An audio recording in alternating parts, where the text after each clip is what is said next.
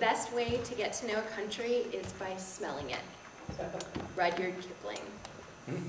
Fellow Toastmasters and welcome guests, I'd like to talk to you today about my trip to Costa Rica in the summer of 2007. As you might remember from my icebreaker speech, I really like to learn new things, hence me being in Toastmasters, and by learning new things I also really like to travel. I've only lived in Texas, so my next best thing is to be able to travel a lot, as much as my pocketbook will allow.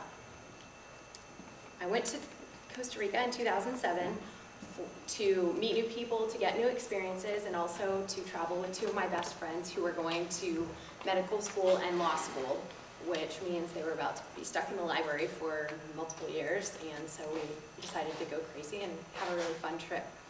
I wanted to tell you about 3 key things that I remember from my Costa Rica trip and maybe convince you to also decide to go. The first thing I wanted to tell you about might not convince you to go, but it will be interesting, hopefully, and informative if you do go, which is talking about driving in Costa Rica. A little bit scary. Second thing is also scary to some people, but was really exhilarating for me, which is riding the zip line. The third thing that I wanted to tell you about today is all the great people that I got to meet and a couple of really interesting experiences I thought I had. So the first thing I wanted to tell you about was driving in Costa Rica. The quickest and easiest thing I can tell you about Costa Rica driving is don't do it. It's definitely very relaxed, all things in Costa Rica. There's lots of beaches, it's very fun. They also translate that to their driving, so red lights and green lights are basically the same color. Right side of the street, left side of the street, can't really tell which one you're supposed to be on or which one other people choose to be on. You kind of have to dodge them. The other thing that's kind of interesting is the political climate, and I don't fully understand it, but it hasn't really developed all of their roads. So there's a lot of potholes everywhere, literally. So I brought something just to quickly demonstrate what it's like to drive in Costa Rica. This is my steering wheel. So just imagine me, several friends, maybe my best friend, literally you're doing one of these in the car, and you are driving on the right side of the car and everything, so that's helpful. But literally you're doing one of these kind of slaloming things. Whoa, whoa, stop, go, and avoiding different people. And then there's the lovely, once you're over here, then you go all the way through each pothole. So that was a pothole. Anyway, so basically the moral of the story is don't do it. Take the buses. It's better. It's also, they don't really follow a schedule, but the buses are better than actually driving. But it was really fun. Second thing I wanted to tell you about was zip lining. The zip lining was amazing. The 2 words that really come to mind are exhilarating and completely awe-inspiring.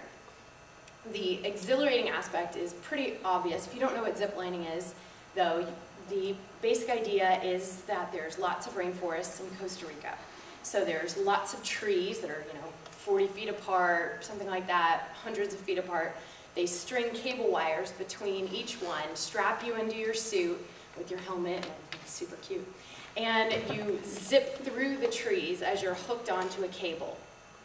Now, I don't know if any of you have ever been, if you like roller coasters or if you've ever done skydiving, which I've done as well, and so I really wanted to draw this comparison between skydiving and zip lining, and I would definitely recommend zip lining from just my preference, simply because zip lining is not just a one-time thing. You really go and you stop, you go and you stop, and you go and you stop, and you just keep going for 15 times. It's really exciting. So I really would definitely recommend zip lining over skydiving, even though skydiving is really cool too. Anyways, the view when you're on top of these trees is amazing. Don't look down, but look forward, and it's awesome. There's so many trees, it's beautiful, even if it's raining, which it rains tons of the time in Costa Rica, hence all the rainforests. So definitely don't be worried about getting wet and things like that, and wear comfortable clothes and everything, but zip lining was amazing, and I definitely recommend doing it. Last thing I wanted to tell you is a short anecdote of meeting people in Costa Rica. Anytime I've traveled, I always find out and continue to confirm that Americans, A, don't get enough travel time, or B, just don't use it even if they have it. And that absolutely was the case when I was in Costa Rica. we were there for maybe 4 days or something, so we were there for a very short amount of time. And the people that we met were Australians, Canadians, we met a bunch of Europeans.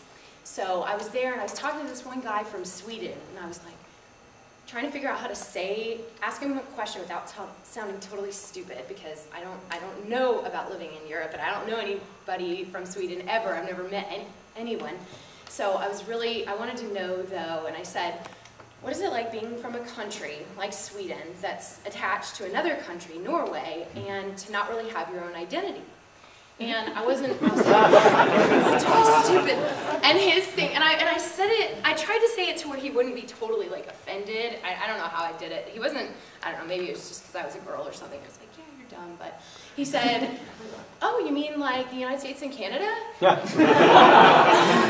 Totally threw me for a loop and really taught me a lot about what I don't know. So it was really an interesting experience for me. So driving in Costa Rica, avoid that. Ziplining in Costa Rica, please do it. And I don't know, don't ask stupid questions to people. Thank you very much. Toastmasters.